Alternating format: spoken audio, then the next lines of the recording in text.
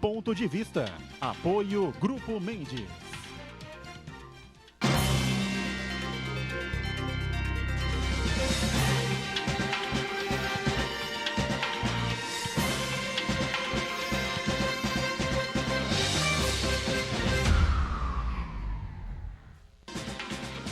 Olá, estamos ao vivo, abrindo aqui mais uma edição do nosso Ponto de Vista, sempre de segunda a sexta-feira, neste horário da 1h30 da tarde, com as personalidades da cidade e da região, discutindo com você os temas que estão aqui na nossa pauta, fazem o dia a dia aqui da Baixada Santista, claro, e os temas, os assuntos de interesse nacional também. Eu digo sempre, né? O programa termina às 2h30, até o início da reprise, que você confere diariamente às 8 da noite, uma batelada de coisas acontecem, né? Ontem tivemos sorte, né? Se é que a gente pode dizer assim, jornalisticamente tivemos sorte, né? Surgiu a informação na virada do segundo para o terceiro bloco, do primeiro para o segundo, não vou lembrar agora exatamente, Marcos Santana captou ali na internet a sentença do juiz Sérgio Moro, né? E nós demos aqui quase que instantaneamente, né? Surgiu em cima da pinta, demos a notícia, demos a informação da sentença que condenou o ex-presidente Lula a 9 anos e meio, né? 9 anos e 6 meses de prisão, mas prisão que não existe, né? Não foi pedida na sentença a prisão, e o juiz Sérgio Moro disse que delegava aí essa decisão de prender o ex-presidente ou não para o tribunal, enfim, para a segunda instância, para onde, claro, vai recorrer a defesa do ex-presidente. Lá para cá um monte de coisa já aconteceu, um monte de comentários, debates, enfim, a CCJ quebrando o pau, um dizendo que o outro é isso, o outro é aquilo, eu sou pior. Não, o pior é o senhor, não, pior que eu, o senhor é, porque eu não sei o quê. Uma coisa assim espantosa acontecendo na Câmara dos Deputados, na Comissão de Constituição e Justiça, que debate lá a denúncia, né, da Procuradoria-Geral da República contra o presidente Michel Temer. E fica as apostas, façam suas apostas, Temer cai, não cai, quando cai, enfim, né? Bom, reprise você acompanha sempre a partir das 8 da noite, aqui no Santa Cecília TV. Esmeraldo Tarquínio Neto está lá na ponta com a gente, mais uma vez colaborando aqui com o Ponto de Vista. Tudo bem aí, Esmeraldo? Tudo bem, Edgar. Num dia quente, né? Num dia de bastante importante. Mais um dia importante na história contemporânea do Brasil. É verdade. Fernando Chagas, cientista político, mais uma vez participando aqui no nosso Ponto de Vista e, claro, antenado com tudo o que acontece aí na cidade e no país, né, Chagas? Tudo bem? Tudo bem, um abraço a todos, especial aos telespectadores, né? Eu gosto muito de rock, principalmente rock brasileiro, né? E o Renato Russo, Legião Urbana, que país é esse? Que país que tem uma presidente que sofreu impeachment por crime contra as finanças públicas? Tem um ex-presidente, o mais popular da história, né? Condenado por corrupção passiva. E tem um presidente, o atual, né, fazendo todas as manobras jurídicas no Congresso Nacional para não ser afastado do cargo. E o país funciona, o trabalhador está trabalhando, o prestador de serviço está prestando serviço, o empresário está vendendo, o comerciante também, a indústria está produzindo, não há manifestação de rua, a não ser de uma meia dúzia, né? É uma situação que poderia ser estudada pelos especialistas profundamente. É verdade, né? As coisas estão caminhando, estão acontecendo. Falar em rock brasileiro, não esqueça da Rita Lee jamais, hein? Também, né? A titia. Um referencial, na minha opinião, um referencial fantástico, né? Eu sempre gostei muito da Rita Lee.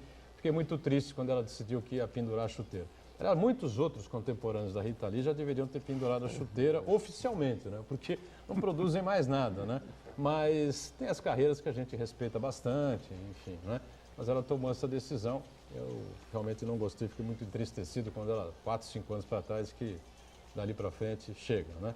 Marcos Santana lá na ponta, acompanhando as redes sociais, claro, tudo que acontece por aí, as nossas participações, a sua participação também, né, Santana? Tudo bem? Tudo bem, estamos falando de rock e, coincidentemente, amanhã é Dia Mundial do Rock. Olha que beleza. Temos mais motivos ainda para comemorar, né? Quero cumprimentar você que nos acompanha ao vivo, convidar você a participar do programa, dando sua pergunta, crítica, sugestão, pelo Facebook, Ponto de Vista com Edgar Boturão, ou e-mail, contato@pontodevista.tv.br.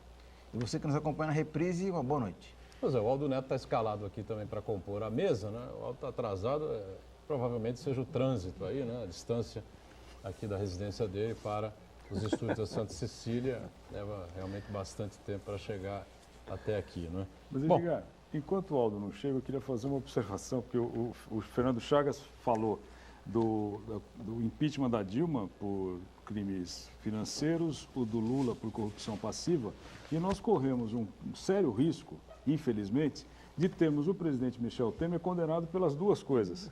Então, só acontece aqui nesse país. E só acontece aqui nesse país essa situação. O Temer é aquela história do porco de novo, né? O focinho do porco, os olhos do porco, as orelhas do porco, o corpinho do porco, as patas do porco, o rabinho do porco, o cheiro do porco. E o Temer insiste em dizer, não é porco. E o próximo presidente, o Rodrigo Maia, já chega com a ficha suja também, né? Botafogo. O clube não tem culpa disso, né? Porque ele é torcedor do Botafogo, enfim, né? E deve ser fanático e tal, deve gostar muito de futebol, enfim, o que é uma virtude, né, Esmeralda? É verdade, Gostar de sem dúvida futebol, nenhuma. Gostar de alvinegros, né? Especialmente aquele que joga todo de branco, enfim. Mas, né, fazer o quê, né? Olha a manchete do Jornal da Orla, em formato tabloide nesta quinta-feira, circulando aqui pela cidade de Santos, por toda a região metropolitana. E, claro, a capa é o ex-presidente Lula a um passo da cadeia ou do palácio. Sabe-se lá, né? O que vai acontecer, né? Neste momento, nenhum nem outro, né? É aí o recurso ao TRF4 e o Lula vai ter aí, sei lá, um ano para se defender, né? Provavelmente, no momento em que as candidaturas forem registradas, né? Ele não será ficha suja ainda, né? Então poderá se candidatar. Mas e depois? Esse é um problema grave, né? Normalmente um julgamento pelo Tribunal Regional Federal da região 4, no Rio Grande do Sul, demora de 12 a 14 meses para fazer um julgamento deste. Corre o risco de, no meio de julho, agosto, talvez até setembro, ele estar concorrendo à eleição, pode estar até liderando as pesquisas e, naquele momento, ser decretada a sua prisão. Então, temos várias situações. Eu entendo que se depois de diplomado, ele não pode mais ser preso e fica suspensa a sua prisão ou pode estar com recurso à sua decisão definitiva. Que uma coisa é ele ser condenado na segunda instância, ele ainda pode recorrer. Muitos dizem que ele vai ser preso, ele pode ser preso, não quer dizer que ele vai ser preso. O Supremo Tribunal pode suspender essa prisão e o próprio Tribunal Regional Federal pode não considerar necessária a sua prisão naquele momento, que não transitou em julgado. Embora hoje... Pode até cancelar a sentença Pode do Moro. até cancelar, Reverter, dependendo das provas, como ocorreu com o Vacari. Isso. Então, nós estamos numa Pode indecisão acontecer. muito grande. Eu até achei interessante, estava conversando com o Marcos, um passo da cadeia, um passo do palácio. Sugestiva, porque realmente o que eu vejo hoje, a grande defesa do presidente Lula é a sua candidatura. Eu acho muito difícil, mesmo o tribunal sendo estritamente jurídico, no meio de uma eleição, ser julgado esse recurso que provavelmente o presidente Ontem na Lula Rádio vai declarar. Bandeirantes, sobre esse tema, foi questionado um representante do Poder Jurídico, né, um advogado eleitoral, enfim, e ele garantiu de que a partir do momento em que a chapa esteja registrada, que ele seja candidato à presidência da República, ele não pode ser preso. Não sei se... Tem essas divergências, né? Tem Não, várias aí por causa interpretações, do né? flagrante delito, né? Mas eu acho que aí o fato de ter uma condenação anterior em primeira instância e a confirmação, na suposição da condenação em segunda, isso vai gerar um debate, sem dúvida nenhuma, porque o que me parece importante é que os julgadores, os desembargadores federais agora, eles tenham muito equilíbrio na discussão. E aí não dá para você dizer que o julgamento vai ser técnico exclusivamente, não tem jeito. Porque o componente social, a pressão de um lado e de outro, isso vai gerar muita tensão, muita tensão. E o juiz, o magistrado, no caso dos desembargadores, eles são seres humanos. Eles vivem na sociedade brasileira. Claro. Eles sentem o que está ocorrendo. O que eu vejo, ou tem uma condenação antes de ser registrada a chapa, independentemente dessa discussão, se pode ou não pode, ou então não vejo condições. Durante o pleito, durante o processo eleitoral, ele sofreu uma condenação. De jeito nenhum. E é como o Boturão falou, né? Pode ser até que ele seja absolvido. O Vacari foi absolvido por 2 votos a 1 porque não tiveram provas. A condenação foi apenas em cima das delações premiadas, né? Então isso precisa ver. No processo nós não temos autos em mão, né? Se no caso do presidente Lula foi apenas nas delações premiadas ou se tem provas concretas e cabais de que realmente o triplex é dele. Chagas, eu até gostaria de pegar uma carona nesse teu raciocínio. Você fala que pelo processo normal, pelo rito normal do Poder Judiciário, a decisão de segunda instância sairia em 12, 14 meses, mais ou menos isso. Isso aí, na verdade, se fossem as condições ideais de temperatura e pressão. Mas, na verdade, o que nós percebemos, e essa decisão do juiz Sérgio Moro deixou bem claro, que a temperatura política do país contaminou completamente a decisão do juiz Sérgio Moro. Eu tive a curiosidade de resgatar a íntegra da decisão dele, e não li tudo, logicamente, que são mais de 250 páginas, mas eu li o trecho final da sentença com relação ao ex-presidente Lula. Então, o que a gente percebe claramente que o juiz Sérgio Moro, ele não é uma simples decisão de um juiz condenando um réu. Ele, na verdade, ele dá uma série de explicações e justificativas, a grosso modo, como se estivesse jogando para a plateia. A grande verdade é essa. Ele constrói uma narrativa, né? Então, ele vai construir uma narrativa até, de certo modo, cronológica, né? E, na verdade, é o seguinte, essa decisão é uma resposta àquelas pessoas que colocaram camisa com o nome dele, eu moro com ele, né? Eu confio no Moro, o Sérgio Moro é o Batman. Então, quer dizer, perante essa parcela até significativa da população, ia pegar muito mal que ele absolvesse o Lula, né? Até vários outros programas nós discutimos isso aqui, que do ponto de vista técnico, jurídico, falta ainda materialidade. No outro processo, que é do sítio. Do sítio parece que o batom na cueca aí parece um pouco mais evidente. O Joaquim Fernandes, por exemplo, aqui defendeu que o Moro sentenciaria o Lula, condenaria o ex-presidente Lula e que teria que condenar mesmo. Aí, na mesma mesa, estava o Armando de Matos, que discordou completamente. Enfim, né? Ontem eu ouvi o Miguel Reale Júnior e o Ives Gandra, na Rádio Bandeirantes, ambos dizendo que a sentença foi absolutamente correta. Hoje eu li no UOL, na Folha, enfim, outros especialistas no assunto, dizendo que é uma tese parecida com a sua. Mas o direito não é matemático, né? Só para complementar, o Chagas, a sentença do juiz Sérgio Moro, ela tem algumas coisas que não só eu questiono, mas muitos juristas, muitos advogados, muitos especialistas no direito estão questionando. Nessa questão dele querer dar justificativas em vez de uma simples decisão, né? Então, por exemplo, quando ele fala num certo trecho da sentença de que ele condena, mas evita de mandar prender o Lula, né? Porque para evitar certos traumas, o juiz virou um psicanalista coletivo. Julgou fora do campo do direito. Pois isso não é a função do juiz. Não, aí quando a gente questiona esse tipo de coisa, não é questionar o juiz Sérgio Moro especificamente. Isso aí abre um precedente muito perigoso para qualquer juiz de primeira instância, de segunda instância, e ficar dando decisão de acordo com o que ele acha que pode ser bom para a sociedade, em vez de se ater especificamente à lei. Tem uma frase aqui o que ele significa exatamente? Causar certos traumas para a população. Todos são iguais perante a lei, o Moro teria escrito, mas por se tratar de ex-presidente da República, ele delegou à segunda instância, o TRF4 de Porto Alegre, a decretação da prisão do ex-presidente ou não. Outro ponto também. Veja, a caneta está na mão dele. Né? De qualquer maneira. Por que ele não decidiu como decidiu em todos os outros casos? No trauma que eu vejo aí é para não criar mais problemas nesse embate político que está muito acirrado. As pessoas irem para a rua. Então não são todos iguais perante a lei. Não. Mas veja só, contradiz a própria frase dele. Não, quando você julga um ex-presidente da República, como hoje nós também estamos, o Congresso está julgando a admissibilidade ou não do afastamento do Michel Temer, são coisas diferentes.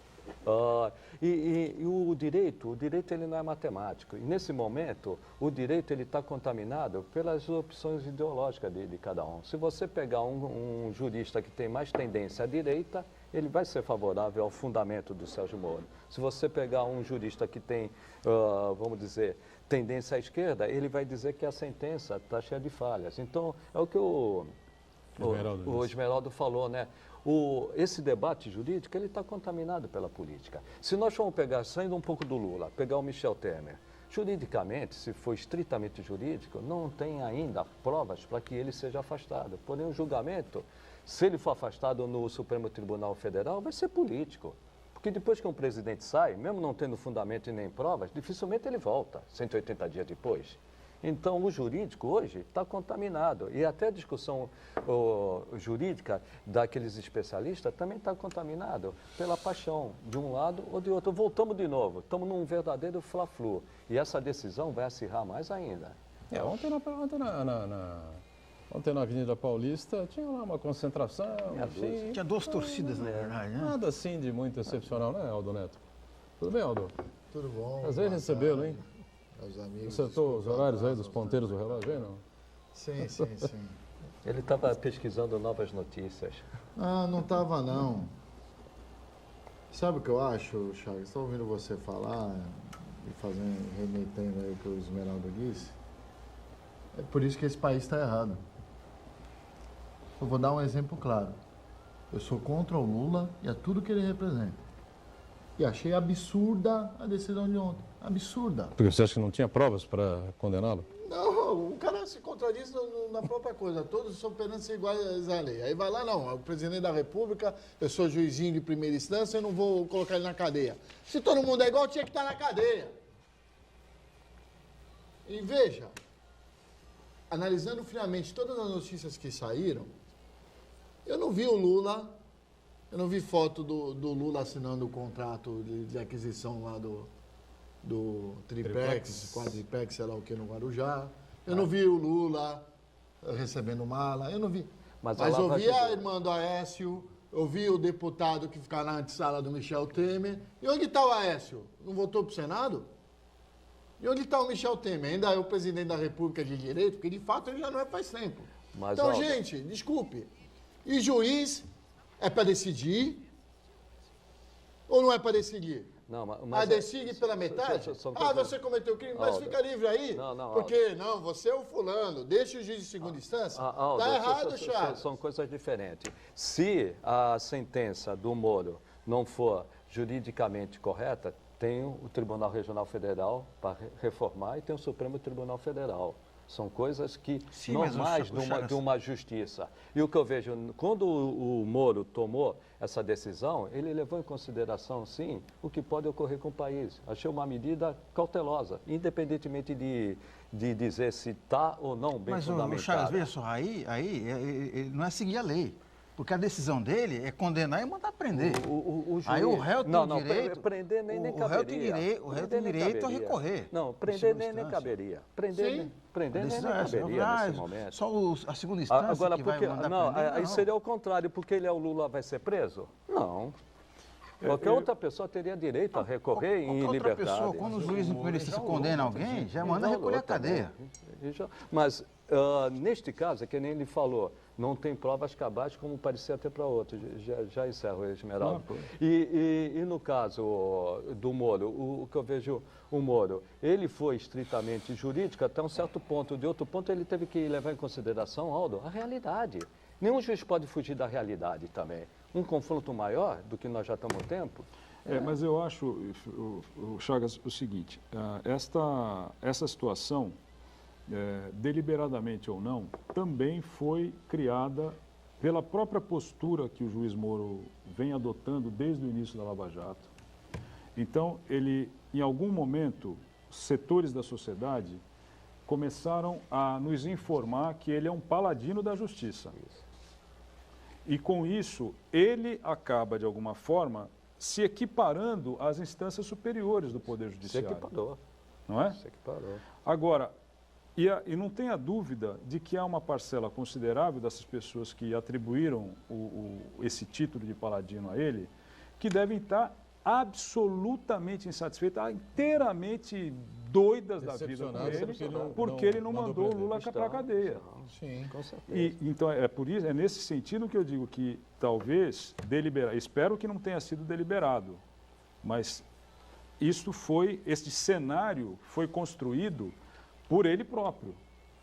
Porque quando ele posa ao lado do Aécio e ao lado do Michel Temer, um evento Foi em São qualquer, Paulo, né, do LIDE lá do Dória, Sim. poxa, é legal, porque as pessoas gostam desse tipo de coisa. Pô, ele está do meu lado. Mas não é assim, juiz não pode ser assim. Juiz é diferente de promotor público, de promotor de justiça. Promotor de justiça pode ser candidato, ele hoje não pode, ele tem que se pedir licença, mas ele opta pela carreira ou pela carreira na promotoria, na procuradoria, ou no Ministério Público, ou então no Legislativo ou no Executivo. Agora, é uma inversão de valores que foi criada no país depois da criação, da instalação da Lava Jato, e eu não faço juízo de valor da Lava Jato, não. Eu acho que ela está atingindo o que tem que atingir. Mas, por exemplo, o Tribunal Regional Federal de Porto Alegre reformou a sentença do Vacari. O procurador que não viu elementos de condenação do Lula no depoimento, na delação premiada do Delcídio do Amaral, ele mandou arquivar o processo. Então, estas coisas, e por isso é que a justiça tem um tempo, a justiça tem o seu tempo, e esse tempo também tem que ser respeitado. Agora, o que não dá é para você ter uma postura durante 3 anos e na hora do vamos ver você fazer Chagas, desculpa. Mas é nesse Chagas, ponto mesmo. ele é juiz. Calma. Quando eu falei, o que eu virei? Qual foi a primeira coisa que eu falei aqui? Eu sou contra o Lula, é tudo que ele representa. Que eu estou dizendo. Eu sou contra, eu sou jornalista, eu tenho que aqui relatar fato. Qual é o fato? Eu não vi o Lula receber mala, eu não vi o Lula sequer assinar Só um contrato. parênteses. Agora eu vi outros, e os outros... Nenhuma lavagem de dinheiro, aí nenhuma lavagem de dinheiro deixa recibo, senão não é lavagem de dinheiro. E o que eu vi, reforçando, ao contrário, eu concordo com o Esmeraldo, justamente por isso, uma parcela da sociedade deve estar extremamente descontente com ele. A outra também. Tanto que a repercussão foi pequena, né? A outra Ninguém bateu panela aí, ninguém soltou Não, mas razão. as panelas estão recolhidas desde o impeachment da Bater Dilma. panela, o pessoal Não batia tem contra mais a Dilma e panela, contra o Lula. acabaram as panelas no Brasil, não tem mais. A verdade, o pessoal guardou as panelas. Eu imaginei, bom, o pessoal que batia a panela vai soltar rojões, né? Não, vai pra mas- rua, passeata, não sei o quê. Não Na aconteceu verdade, absolutamente deixa eu explicar. nada. É que a situação econômica O pessoal está tão queria grave sofrer a prisão. que o pessoal já vendeu as O panelas. pessoal queria realmente a prisão. Agora, o seguinte, para a gente encerrar, estamos em cima da virada do bloco aqui, o Lula deu uma coletiva agora há pouco, né? Fez um pronunciamento agora há pouco e disse que já esperava, estava pronto para receber a condenação do Sérgio Moro, porque o Moro não poderia, hipótese alguma, não é, absolver o Lula, porque o Lula representa um programa político, um sistema político, né, uma forma de fazer política que o poder no Brasil não quer mais, essa coisa toda, tá certo? E que não haveria sentido, isso é importante o que ele disse, hein? Não haveria sentido em você trazer a Lava Jato até aqui e deixar livre como candidato a figura central, não é, simbólica de todo esse projeto. E que ele é candidato à presidência da República em 2018. Vamos para o intervalo e a gente debate um pouquinho, fala um pouquinho sobre essa fala do Lula e depois sobre a passagem aí das lideranças da região Brasília, não é? Ontem com Michel Temer e com o ministro da Saúde. Voltamos já.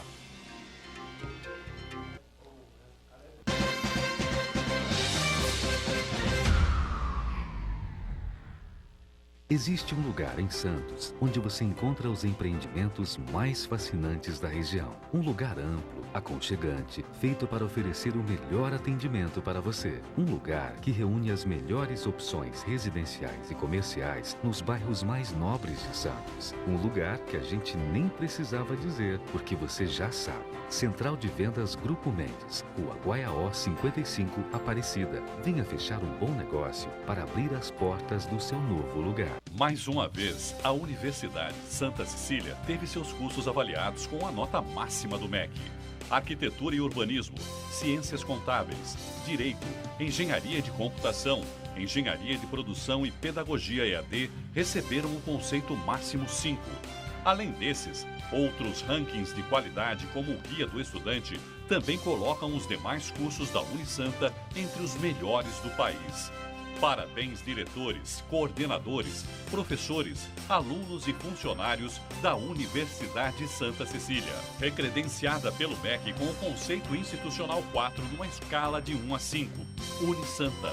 Excelência no ensino há 56 anos. Os consumidores acompanham a TV em seu cotidiano. Anuncie na Santa Cecília TV. Ligue 3202-7107.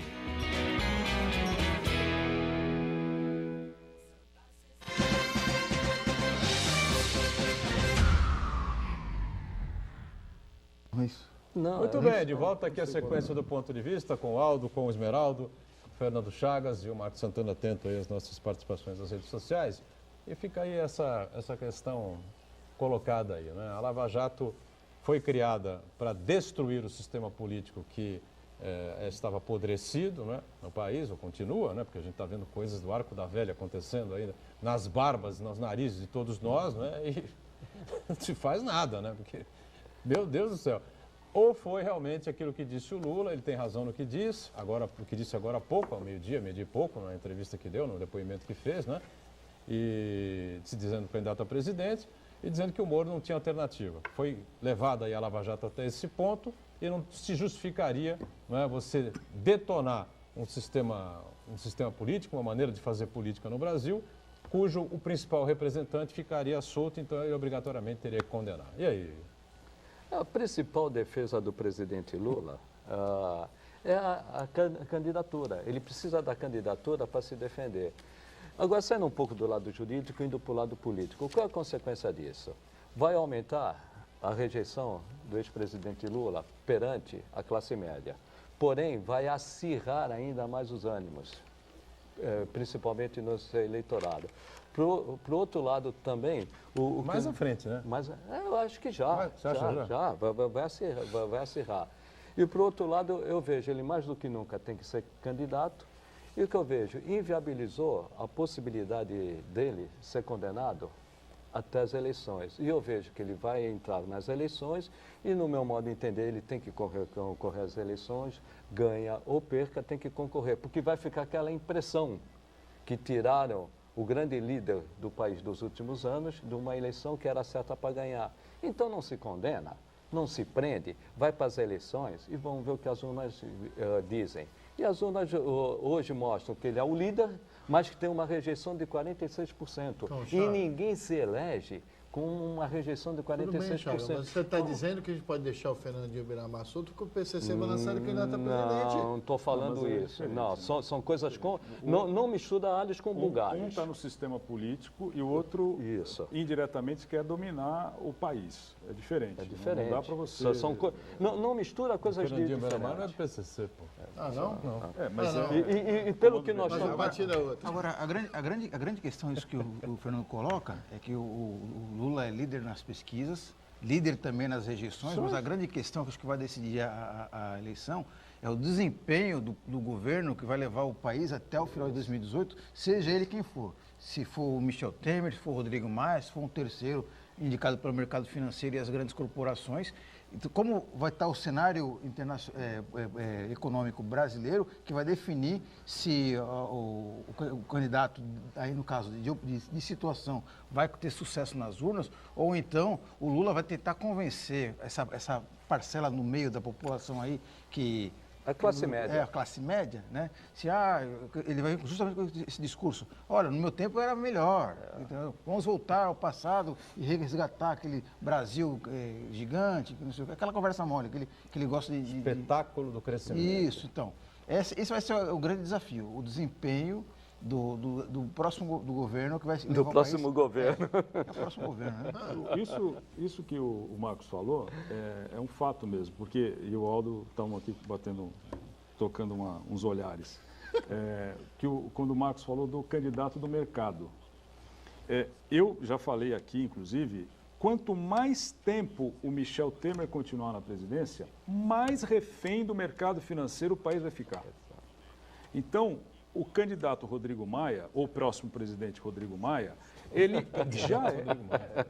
Escancarado. Nós só não sabemos se ele vai ser presidente antes do Natal ou depois do Natal. Mas ele vai, porque quando ele diz para, olha, presidente, não vai dar para segurar e abrir a sessão da votação da aceitação da sua investigação contra o senhor, sem 342. O que é óbvio. Se 342 tem que... Se ele só se salva com 171, e é impressionante a correspondência disso com o Código Penal, né? Que é o crime de estelionato. E aí, se você só pode fazer, ele só se salva se tiver mais de 171 votos dele, não tem cabimento você abrir a sessão com menos de 342. Não tem o menor cabimento. Vai ter recesso ou não vai, afinal, hein? Não. Decidiram isso já? Eu acho que eu li alguma coisa agora de manhã que eles não vão fazer, vai ter, só vão votar em agosto. Eu acho que vai ter recesso. Se for votar em agosto, é muito mais complicada a situação do tempo. Ele cai na primeira votação. Ele já não fica para a segunda ou terceira. Né? Pois Esmeralda, diante do notório saber causístico dele. Nem tanto. Mas vamos lá. Nem tanto. O marido da minha sogra é meu parente? Quem é? O marido da sua sogra, sob o ponto de vista da família? É. Você é agregado, né? Você é agregado à família dele. É uma pergunta importante para Você é agregado. Afinal de contas, o presidente da Câmara não é parente do ministro Moreira Franco. É verdade. Aliás, ele só é casado com a sogra dele. Aliás, o Rodrigo Maia... Aliás, o Rodrigo Maia, abertamente, ele já está fazendo composição de ministério, né? Não, então, mas ele garantiu a permanência indicado, do sogro, né? O Moreira é um sogro postiço. Não é pai da mulher. E nós estávamos comentando até nos bastidores que uma das resistências que já está sendo criada contra o Rodrigo Maia, eu também concordo, o Rodrigo Maia vai ser presidente, é justamente a equipe que ele já está montando. O negócio está tão declarado que já estão discordando até da equipe que ele está montando. E quando o Marcos falou, o próximo presidente, nem sei se até lá vai ser o Rodrigo Maia. O Rodrigo Maia é o Botafogo. Na lista da Odebrecht. Não, mas a velocidade... Mas parece que é Caixa 2, e Caixa 2, então, mas Caixa... o pessoal olha ameniza, só, e deixa Moreira Franco ficou na antessala da presidência da República com 3 presidentes. Não duvidem de Moreira Franco. Não, mas ele ficará, claro, se o genro dele, o genro, entre aspas, postiço, for presidente, mas isso daí tem, parece que nas articulações... Não é nepotismo, né? Não é nepotismo, é verdade, porque tem esse aspecto. Mas aí ele vai dizer que já era ministro, aí ele vai continuar ministro, porque só o Lula não pôde assumir a Casa Civil. E o presidente Michel Temer, vamos nos lembrar, que disse que não há possibilidade de que um denunciado meu, ministro, não fique no cargo. E aí eu fico pensando assim, ele foi denunciado, e ele não pode, né? Ele falou, não, comigo é diferente. Isso foi sensacional. Eu achei, podia ter sido explicado... Nenhum ministro denunciado fica no governo, mas ele denunciado como presidente fica. Ele falou ministro. É uma coisa que ele falou ministro, não falei presidente. O presidente tem que ficar, não é? Pelo bem da nação e tal, né? Não, mas nós estamos brincando. Encerrou, Esmeralda, não? A conversa está ótima. Não, mas Esmeralda, você falou do mercado. Mas o Michel Temer está tão desgastado, que o mercado já descartou. Mas o mercado está andando isoladamente. Aliás, na atual circunstância, hoje o Michel Temer atrapalha as reformas que o mercado financeiro, as grandes corporações, os setores específicos da indústria, do agronegócio, querem aprovar a toca de caixa. Então, hoje, o Michel Temer, que ele foi colocado para atender esses interesses, hoje ele mais atrapalha do que ajuda. Então, mais do que nunca, essas grandes corporações, esses setores específicos da sociedade, que sempre deram as cartas, continuam dando e vão dar no futuro as cartas do jogo político brasileiro, querem que ele saia o mais rápido possível. E a reforma trabalhista passou, apesar do Michel Temer, né? Foi o Michel Por falar em reforma trabalhista, é uma polêmica danada surgindo aí, confrontos internacionais aí às portas, né? Porque os acordos internacionais da OIT, Organização Internacional do Trabalho, o órgão diretamente ligado às Nações Unidas, contesta veementemente uma série de alterações que foram feitas na CLT agora recentemente, aprovado essa semana pelo Senado e vai ser sancionado pelo Temer, acho que hoje, né? Quinta-feira me parece que ele sanciona isso na Câmara, né? Vai à Câmara sancionar, enfim, né? O Brasil é signatário desses acordos todos e estaria em tese, pelo que a gente está entendendo aí, rompendo com esses acordos internacionais. Embora eu seja defensor de uma série de reformas, já disse aqui várias vezes, uma série de coisas tem que mudar na CLT, que é de 1930 e qualquer coisa, né, de Getúlio Vargas, e que atrapalha e dificulta a relação do trabalhador com o patrão, se é que existe patrão e trabalhador ainda, enfim, tem trabalho para todo lado. Né? Agora, em nenhuma eleição, nenhum candidato colocou essa pauta para ser debatida. Isso, na minha opinião, não é uma irresponsabilidade. Né? Isso, na minha opinião, tem outro nome. Né? A irresponsabilidade de provar uma coisa dessa é com um país sem presidente. Já começa daí. Olha, eu acho que as reformas são necessárias. Só que a maneira que se faz, entendeu? Isso tinha que ser colocado na pauta política, no debate político. Eu defendo a reforma na CLT, por isso, por aquilo. Vem outro candidato, eu sou contra isso e aquilo. É uma pauta importante. Por isso que você fazer uma eleição a 45 dias, 60 dias para presidente da República, é uma piada. Já disse aqui 1 milhão de vezes. Os Estados Unidos devem estar enganados. Eles devem estar errados lá, de fazer uma eleição em 1 ano e meio, 2 anos. Nós ficamos aqui em 45 dias, 60 dias, devemos nós ter razão, talvez, né? Olha, o que é que estou aqui raciocinando uma coisa. Eu vi aqui a CLT de 43. 43. Essa semana o Brasil viu dois. Eu não sei qual é a maior figura política do Brasil, se é o Lula ou se é o Getúlio. Mas sem dúvida nenhuma, do ponto de vista da liderança popular, da liderança que tem preocupações aí no campo social.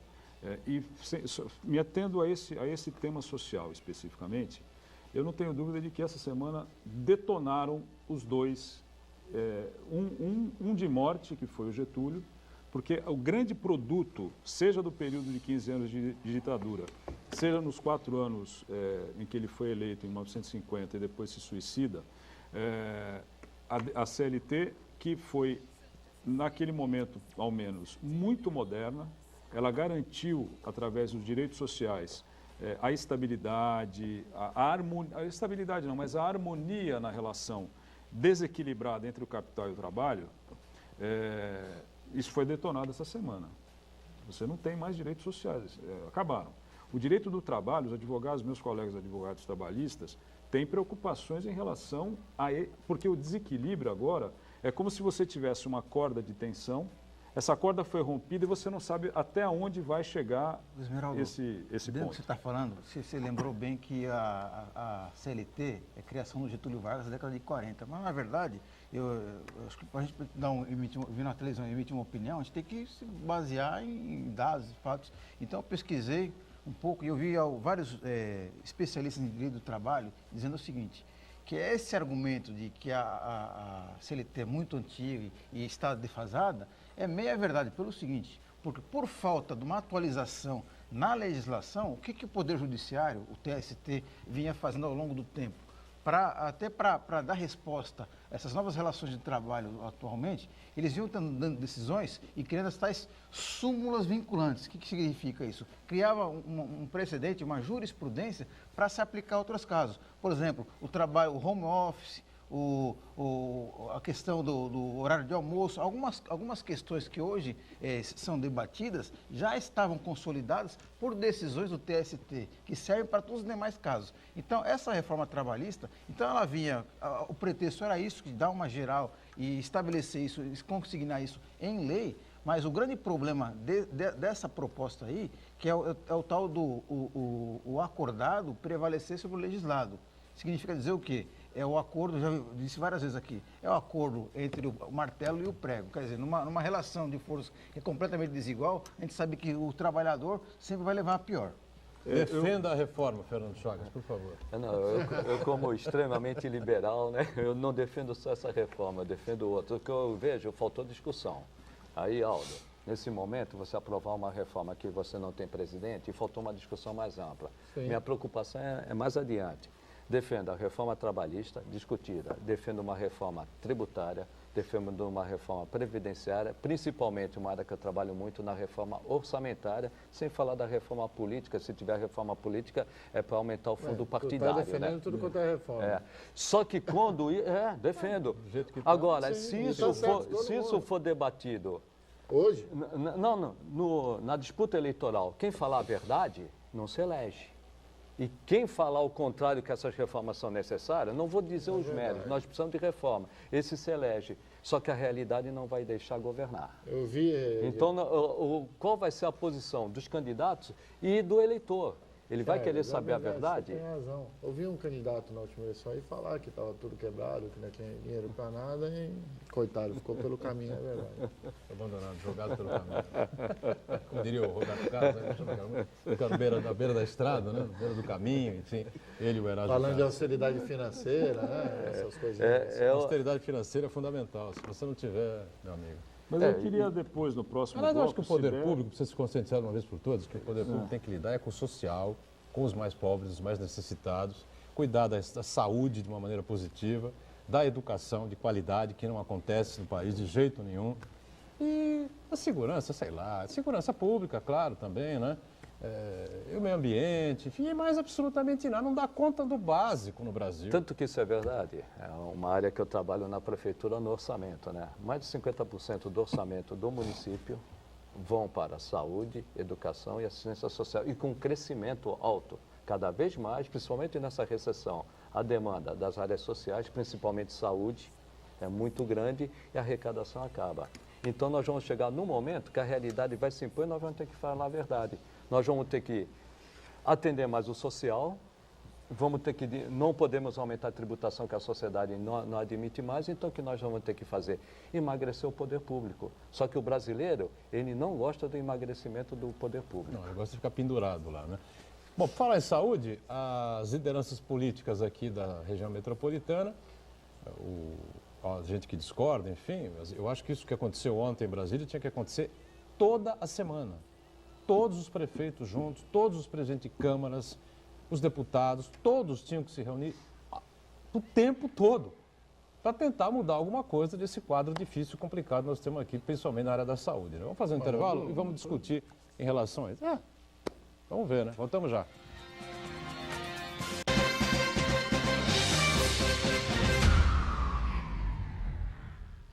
Existe um lugar em Santos onde você encontra os empreendimentos mais fascinantes da região. Um lugar amplo, aconchegante, feito para oferecer o melhor atendimento para você. Um lugar que reúne as melhores opções residenciais e comerciais nos bairros mais nobres de Santos. Um lugar que a gente nem precisava dizer, porque você já sabe. Central de Vendas Grupo Mendes, Rua Guaiaó 55, Aparecida. Venha fechar um bom negócio para abrir as portas do seu novo lugar.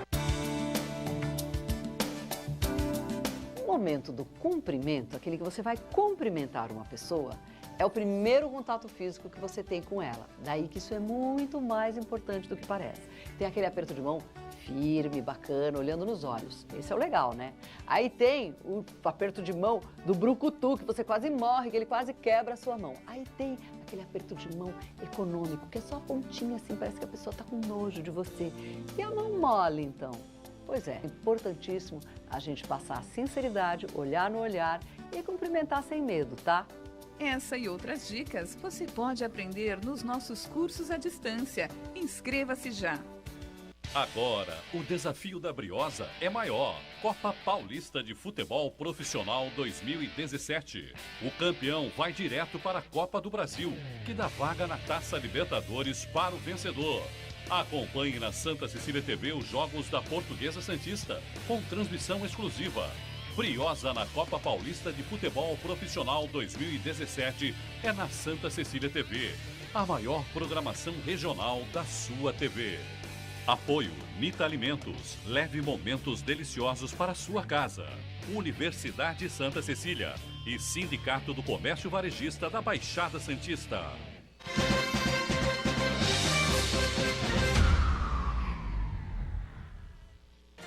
Muito bom. Terceiro e último bloco aqui do Ponto de Vista. A gente fechou o bloco anterior falando especialmente nas dificuldades do poder público. As prefeituras aí com os pires na mão, né? Não há dinheiro para fechar as contas, lamentavelmente. A situação é muito grave, muito difícil em todos os lugares do Brasil, lamentavelmente, com rosas, meia dúzia de exceções, né? Que a gente deve ter por aí. Ontem, uma delegação aqui da cidade de Santos, formada pelos prefeitos, né? Quase todos foram, alguns enviaram os vices, deputados estaduais que representam aqui as nossas cidades, deputados federais, enfim, estiveram presentes também, a região também, né? E a cidade, deputado estadual também. Câmara, alguns presidentes de câmaras, enfim, e estiveram presentes lá e foram recebidos por Michel Temer, graças ao deputado Beto Mansur, tem uma relação direta com o presidente Temer, inclusive está na CCJ ele agora. Está querendo encontrar mais gente mesmo, porque do jeito que anda o negócio tem que encontrar. E a cidade, a região, desculpe interrompê-lo, mas a região, ela mais uma vez... Eu acho o seguinte, Edgar, só não vou nem falar mais sobre isso depois. Acho que isto é metropolização, isso é política, então, é uma política pública de metropolização. Agora, fazer papel de fantoche no momento em que o país está enfrentando a sua maior crise e não há possibilidade da gente ver uma crise maior. Pode ser que essa piore, mas outra não vai ter. E aí as pessoas serem levadas ao encontro do presidente que está na situação em que se encontra, é muito ruim para a região. É muito ruim para a região. Vai, conversa com esse ministro da Saúde. O ministro Ricardo Barros mas então, que também não deveria estar ali. Porque a mulher dele é vice-governadora do Paraná, e ele só está ali por conta desta articulação. E não vou nem dizer que entende ou não entende de saúde, não é isso. Entende Ele acabou com a Justiça do Trabalho quando era deputado. O que eu digo é o seguinte, eu defendo a seguinte tese. Ou você reúne todo mundo e vai todo mundo defender uma causa, e eu acho que a causa prioritária realmente tem que ser a saúde. O Mourão disse aqui sentado, o prefeito Mourão disse aqui sentado, né, com o presidente do Condesv, dizendo o seguinte, problemas são muitos e tal, não sei o quê, fizemos, não sei se foi o Santana, não sei quem foi que estava aqui, que fez uma pergunta para ele, e falou, calma. Ou a gente elenca as prioridades e defende uma prioridade para tentar melhorar, não para resolver, mas para melhorar, ou a gente não vai para lugar nenhum. Então, eu acho o seguinte, qual é o drama maior? É a entrada da cidade, o asfalto na rua, é a iluminação, são as escolas públicas, ou é a questão da saúde pública na região metropolitana que vem estourar quase tudo aqui em Santos? Eu acho que a prioridade é a questão da saúde. Então tem que ir toda semana bater na porta do homem até minimizar o problema. Eu quero te lembrar de algo que a gente viu aqui em outro programa, mas em 2013. 13? 13. Esse mesmo Trem da Alegria foi lá para Brasília e encontrou com quem? Com o ministro da Saúde e com o então vice-presidente da República. E prometeram que ia, agora estão aí anunciando não sei quantos milhões. 10 milhões, mas 10 milhões, veja, certo está o deputado Gastone Rigg, que diz o seguinte, se fosse contar, vamos contar, todo esse dinheiro que prometeram aí nos últimos 5 anos, a gente tinha orçamento para declarar guerra aos Estados Unidos da América, a Baixada Santista ia declarar guerra aos... Não dá, gente. Aldo, independentemente disso... Isso é para gravar filminho para o Facebook. Não, independentemente disso, aí por um lado extremamente técnico e financeiro, independentemente se houve promessa no passado e não chegou, se vai prometer de novo e não vai chegar, isso é uma outra coisa. Há necessidade dos novos municípios, com os deputados, subirem e pedirem recursos para a região, para a saúde necessário. Só vou dar um exemplo. Você vai filmar no Facebook, você não vai? Se vai é outra coisa. Pela primeira vez eu estou vendo os prefeitos unidos, independentemente do que está ocorrendo no país. O município de Santos tem um mínimo constitucional, como todos os municípios, de investir 15% dos impostos. Ele aplica 28% dos seus impostos. E não são suficientes para garantir a cidade de Santos e os demais municípios. Então, conseguir... Saúde.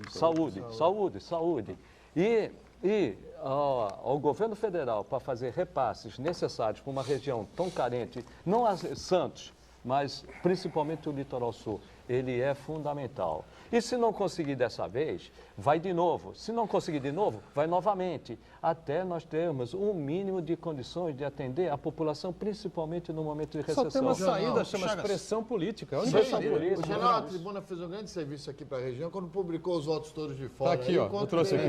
Esse é outro problema. Esse é o principal. O que você está dizendo que tem que ir lá pedir, Chagas? É claro, isso é óbvio. É trabalho deles. Aí você fala que estão unidos, tem que estar. Tu quase tudo no mesmo partido, se é no mesmo partido, na mesma aliança. Independentemente disso, tem que ir. Tá Todo mundo quebra. A realidade se impõe. Se tivesse metade e metade, metade do PSDB e metade do PT, acredito que a realidade hoje obrigaria todos a subirem lá e pedirem. Fala, Santana. É louvável essa atitude dos prefeitos, dos deputados, dos vereadores, né? E reivindicar o que é justo, não é pedir favor, é o que a região, nós merecemos. Agora, eu não sei se chega a ser um banho de água fria, mas é o outro lado do balcão. O que motivou o ministro, o Michel Temer, a receber os nossos prefeitos, nossos deputados? Na verdade é o seguinte, o Michel Temer, o ministro da Saúde, os demais ministros, estão tentando comprar o apoio dos parlamentares para dar uma sobrevida ao Michel Temer. Mas aí qual é a relação que você faz? O ministro anunciou a liberação de 10 milhões de reais. No conjunto total, eu fiz uma pesquisa aqui, o governo Temer abriu as torneiras, vai liberar 1 bilhão e 800 milhões de reais para emendas parlamentares para tentar dar uma sobrevida. Então, quer dizer, nesse contexto todo, 10 milhões de reais... Mas 10 milhões de reais para quê? Por mês? Para o custeio da saúde, né? Da região. Da região. Tá bom, mas vocês sabem que, e o Fábio Ferraz, numa discussão conosco aqui, dando lá os números do Hospital dos Estivadores, eu apontei um número, que é um número do custeio do Hospital dos Estivadores, é de 10 com o funcionamento inteiro, 10 milhões por mês. Atualmente de 4 a 5 milhões. Porque você tem um terço Não resolve nada. Não resolve nada. E o hospital, ele em pleno funcionamento, cerca de 10 milhões. 10 milhões. Mas o que eu digo, qualquer recurso que vier, Esmeraldo, ele soma. Pode ser pequeno? Sim. Pode. Eu acho que é o início, um passo que nós demos. 247 milhões, 744.073 reais foi o que a Baixada Santista recebeu do Ministério da Saúde em 2016. Dá um o exemplo. Estado de São Paulo, 8 bilhões 472.834. E a Baixada, 247? 247 milhões 744 mil. Isso é que ninguém fala, porque essa comitiva não foi no governador também? O governador... Vamos toda hora. Aliás, os recursos da saúde que o governador manda para cá o hospital dos Estivadores só saiu porque vieram 25 milhões do governo do Estado, senão não sairia. Então, esse dizer que o Estado não manda dinheiro para o município de Santos, manda para a região. Aí o que nós precisamos ver é que muitas vezes o cálculo do SUS prejudica bastante, principalmente a cidade de Santos. Só 40% dos atendimentos da UPA são de fora, 40%. E fora de Santos, cidades vizinhas. Cidade vizinha que nós temos que atender é universal. Então, qualquer iniciativa, eu acho positiva, independentemente de cor partidária. O que eu estou vendo aqui é a questão orçamentária que atormenta a vida de quem trabalha nas prefeituras todo dia. Nós precisamos de recursos. Os recursos hoje não são suficientes para a gente atender as áreas sociais, principalmente a saúde. Pode ser pouco, mas eu vejo um início nisso. Um início para a gente conseguir mais. Aqui em Santos e na Baixada Santista, os recursos dados para a saúde, eles são realmente insuficientes. 103 milhões 606 mil 728 reais, o que entrou para Santos do Ministério em 2016. E eu não digo só são saúde dados aqui pública. Publicados no para site as entidades também, mas, Santa Casa, Beneficência. Mas o prefeito Paulo Alexandre nunca correu do problema. E tem mesmo que bater lá. O problema é que esses caras só prometem, né, Chagas? Eu acho que... Chegar que é bom? Não. Eu acho que o Paulo aqui, ele faz o que é possível ele fazer. Eu acho que sim.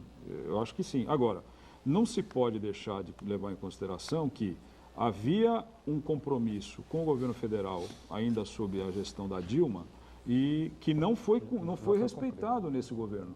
Foi cumprido. Não foi cumprido. Então, aí fica muito fácil você dizer, aquele governo não sei o quê, Não, você tinha um início, quando o Arthur Chioro era ministro da Saúde, Você tinha um compromisso estabelecido com o governo. Agora, nesse governo do ministro Ricardo Barros, a região... O PAC 50 bi não entrou um tostão para cá. Nesse contexto aí... Alguns lugares entraram, para cá não entrou nada. Nada.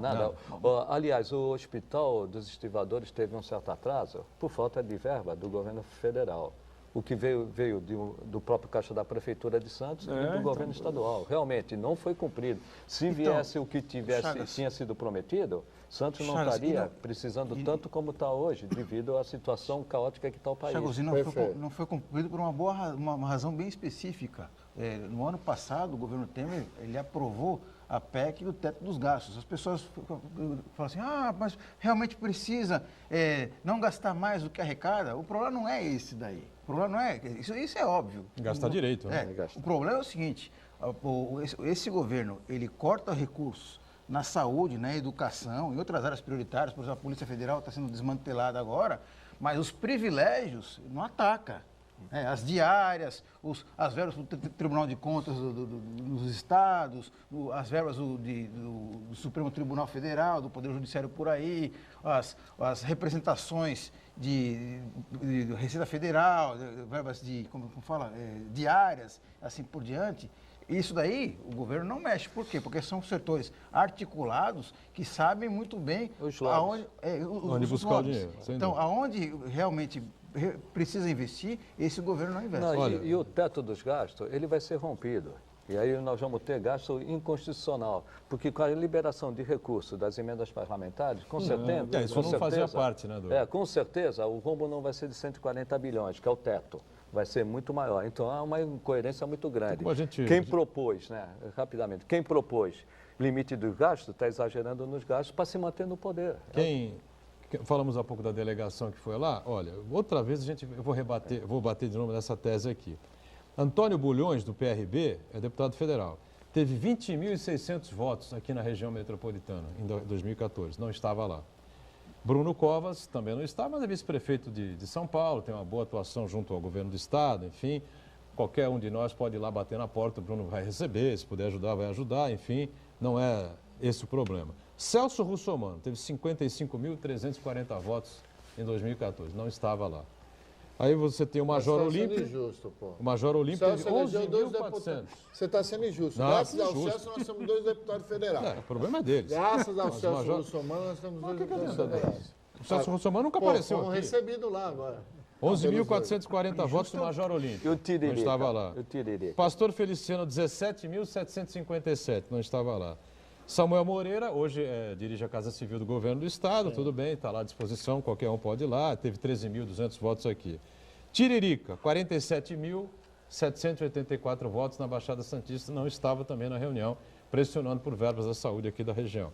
Gilmaci Santos, pastor do PRB, 19.442 para deputado estadual, também não apareceu naquele momento. Então, comprar uma briga pelo voto regional é complicado. É inconstitucional você fazer isso aqui. Não, sim, mas fruto da reforma política. Pensar um pouco mais. Mas eu acho você também... não pode ficar pedindo para as pessoas votarem A, em B, C e D, vetarem os outros e tal. Claro que não pode. Não, então, mas só vota quem quiser. É crime? Edgar, pedir, você pode pedir. Não. Mostrar que é melhor, você pode mostrar, pô. Mas tem uma outra ação.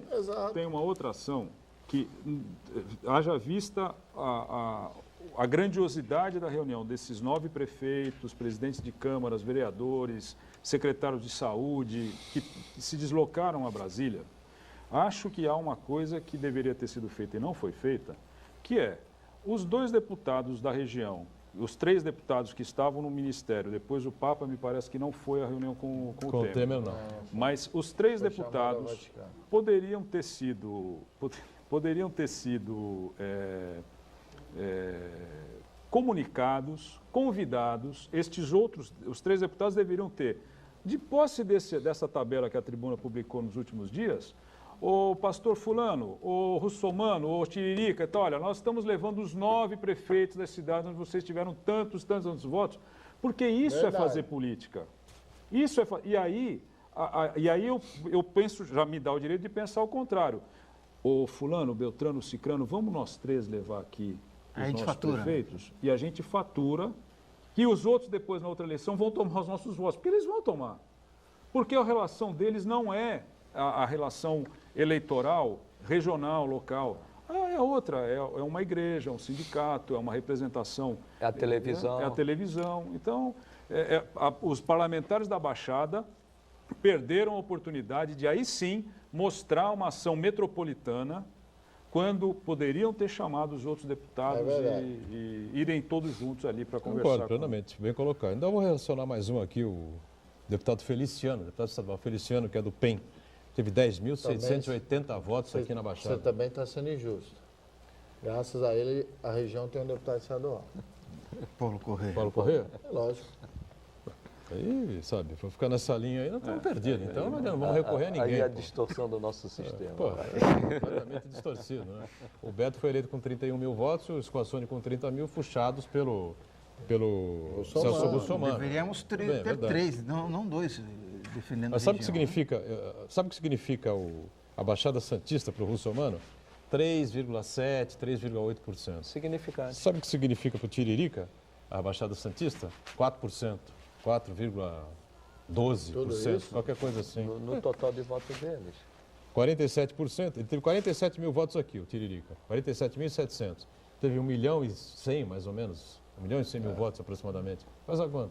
E o Russomano, 55.300, teve 1,5 milhão. E como o eleitor da Baixada Santista vai cobrar um candidato que se elegeu? Não pode ser só realmente numa possibilidade dessas como levantou aqui o Esmeralda.